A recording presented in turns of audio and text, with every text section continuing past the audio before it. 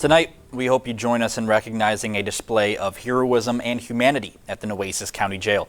Sheriff J.C. Hooper is applauding his staff members who are putting their heart and soul into the work they do. Some have even saved a life. Michelle Lorenzo has the story.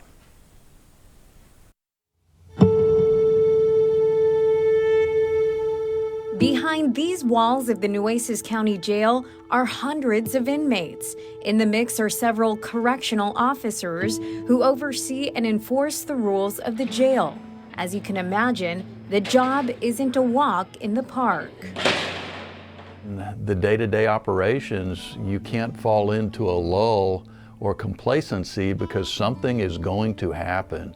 And we need women and men who work in here that are quick to recognize an emergency when it occurs, and also rely on their training and their instincts to do the right thing at the exact right time. There has been a shortage of correctional officers, which has increased the burden on current staff. Sheriff Hooper said many are working long hours several days in a row, and on top of that, correctional officers are spending those days with people who aren't at the best point of their lives. They found themselves locked up in a county jail, and most of them are waiting for their day in court. And so a significant number of them come to us homeless. They come to us with mental health care issues, and many of them come to us with medical needs. And so they are a very demanding population. Despite the difficulties and challenges many correctional officers face, many aren't just coming in to work to get the job done, like Raquel Gonzalez. I made some good friends with security, and he said, 18 years old, I should try out being a corrections officer. I tried it, fell in love with it, got injured as to why I left. Came back, still in love with it. I want to use that innocence to show my son not to be afraid of anything. And when she's on the clock, fear should also be the last thought on an inmate's mind. Sometimes people come into the jail, they're not all bad. I am not going to sit here and judge them off their charge.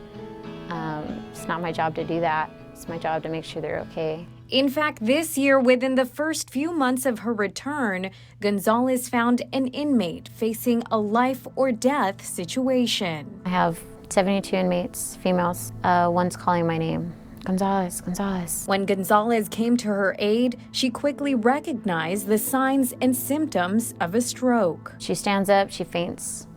I call for medical emergencies at 35 unknown. The inmate was taken to the hospital and received an emergency brain surgery. Doctors noted if it weren't for Officer Gonzalez's immediate action, the inmate could have died. Gonzalez is just one of many examples of a correctional officer saving a life. Earlier this year, John Martinez and Wesley Perez also found themselves in a situation where they had to think quick and act fast. We responded to help. We got inside the cell and we noticed the inmate was hanging from a homemade noose that he had used from a blanket in the bedroll. As Perez and Martinez responded, ensuring the inmate's safety, they stayed with them until a medical team arrived. We saved someone that was at the lowest point in their life, that they felt that taking their own life was the only way to get out of it.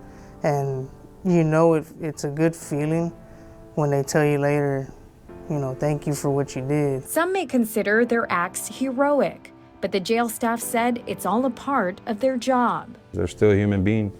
You can't judge them. We're not here to judge them. We're just here to make sure that they continue to live out their life. Not harm themselves, not harm somebody else. And every day they come in, they remember the value of a human life and hope by sharing their experiences.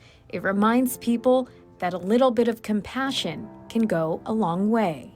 Reporting from Corpus Christi, Michelle Lorenzo, Chris 6 News. For the last year, Sheriff Hooper has been keeping track and honoring all the individuals who have been involved in life-saving events within the facility. You can find their individual stories on our website, christv.com.